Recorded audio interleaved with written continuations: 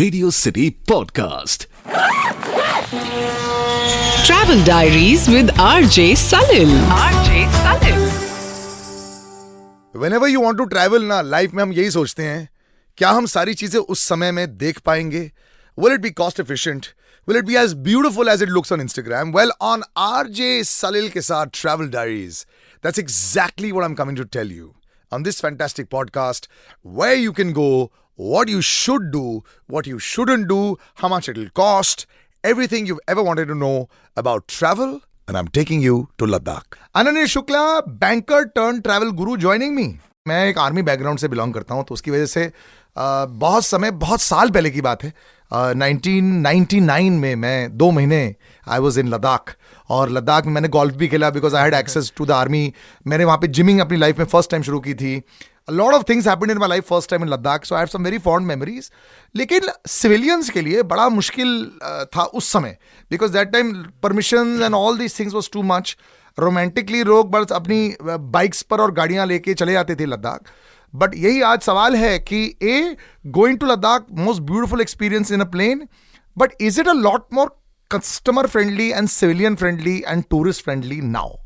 I think now Ladakh has become very tourist friendly. पहले बहुत ज़्यादा issues होते थे because I've been there a few years back with my parents. My dad is also in defense. Okay. So I went with him and तब बहुत different थी चीज़ें compared to the last 2 years that I've gone there. So COVID के बाद? COVID के बाद. COVID के बाद बहुत ज़्यादा tourist friendly हो गया. काफ़ी public setups भी हैं taxis के लिए, stays के लिए. बहुत ज़्यादा stay options आ गए हैं अब लद्दाख में.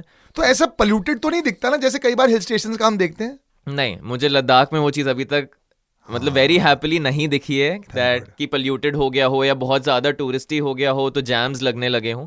Ladakh is still not that because I think the major reason for that is Ladakh you can access only 6 months in a year. Correct. Winters में आप नहीं जाते हो, so it still gets time to recover. A place should get time to heal. Ladakh gets that.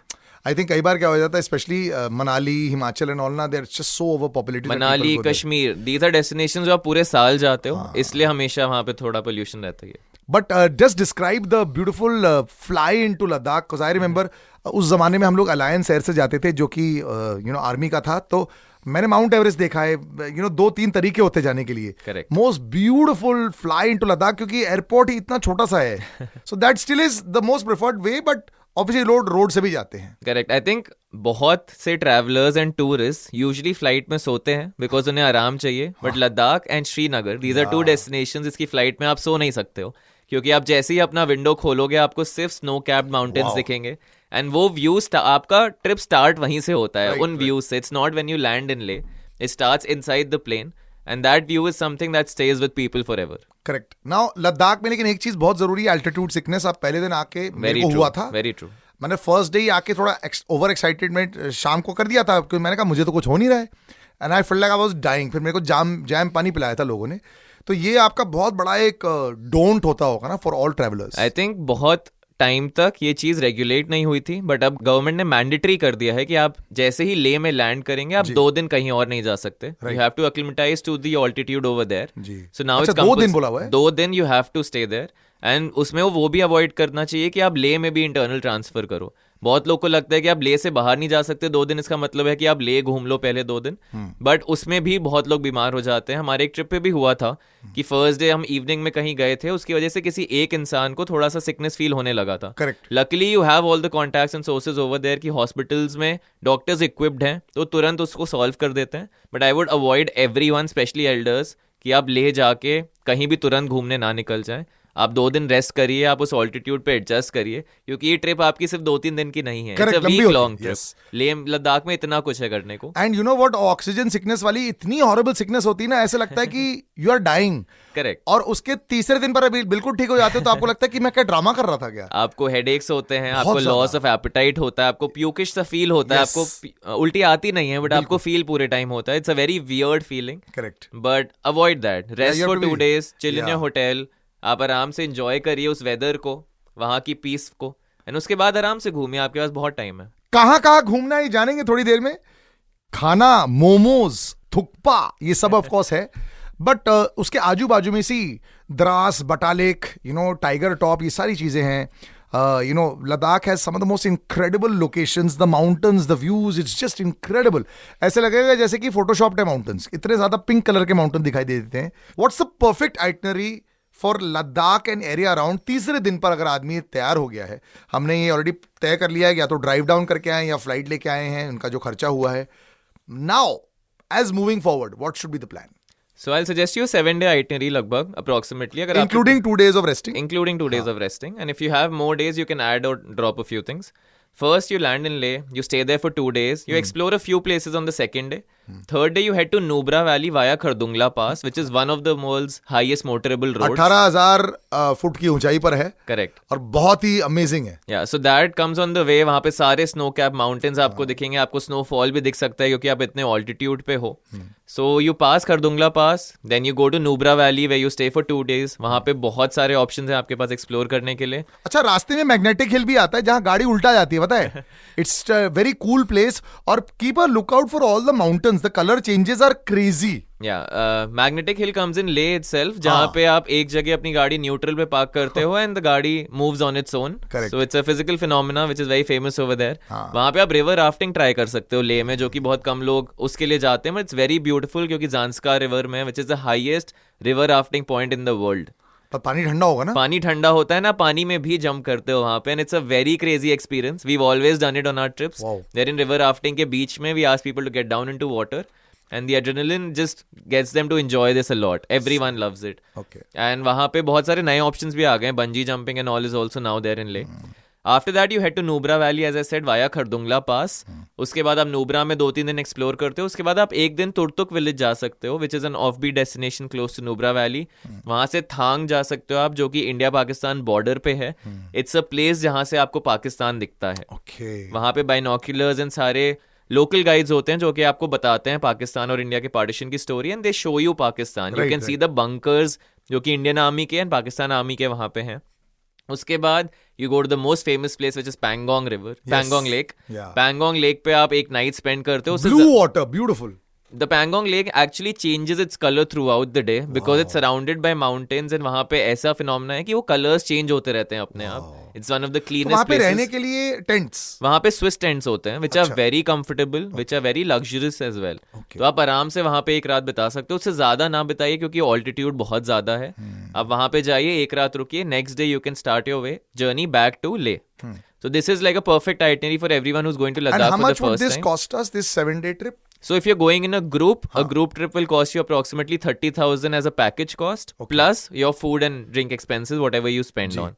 So it's not very expensive. That's honestly, if you're going in a group. Yeah. If you're going alone, obviously you're hiring a taxi for this entire duration. So the cost तो increases. आप group में कैसे भेजते हो? Traveller में? We always have a tempo traveler in which people travel together. We get all the permits, we get all the stays booked in advance so that any last minute hiccups don't happen. So actually earlier there used to be very difficult to get the permits and all. आजकल बहुत easy हो गया है. Yeah, it's very normal, very convenient to get the permits now. Okay. So yeah, that is what I would recommend. If you have more days, you should definitely visit Kargil as well, which is around 240 kilometers from Leh.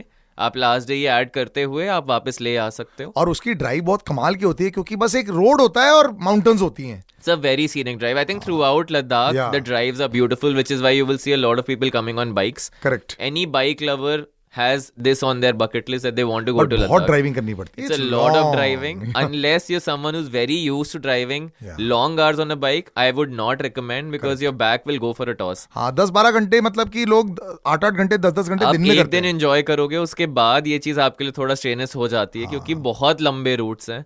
बहुत जगह आपको network connectivity नहीं मिलती है. Pangong has no network. So this is why I also recommend people you stay there for a day.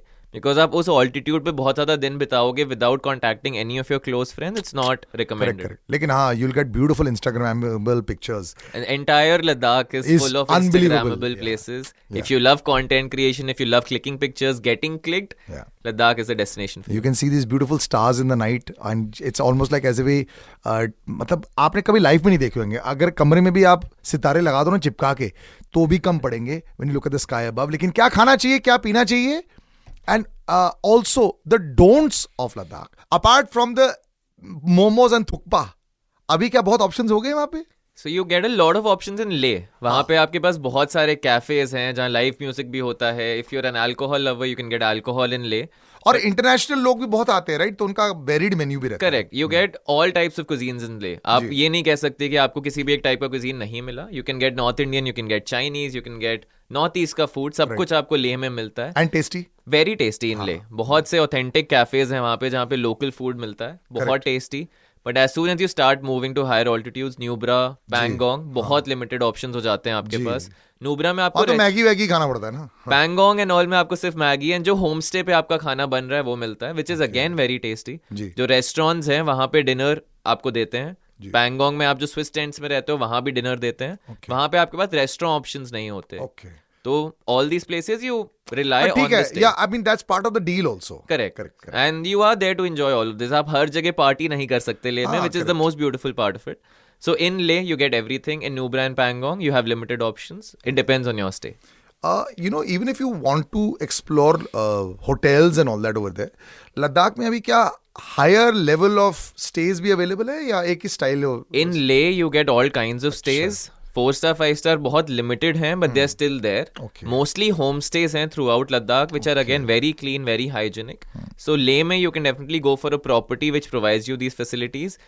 Nubra में you need to explore very well as to the about the homestay where you're staying, because that matters, क्योंकि आपको खाना भी वहीं खाना है. Right. Pangong again has very similar tents throughout the place, so आपको पहले से बुकिंग करके वहाँ पे जाना. Correct. So it's a standard there. Shopping पहले लोग ले में बड़ी करते थे वहाँ पे, बिकॉज टैक्स फ्री होता था. आई रिमेंबर वहाँ पे दुकानें दोपहर को ऐसी खाली पड़ी रहती थी, कोई होता ही नहीं था वहाँ पे.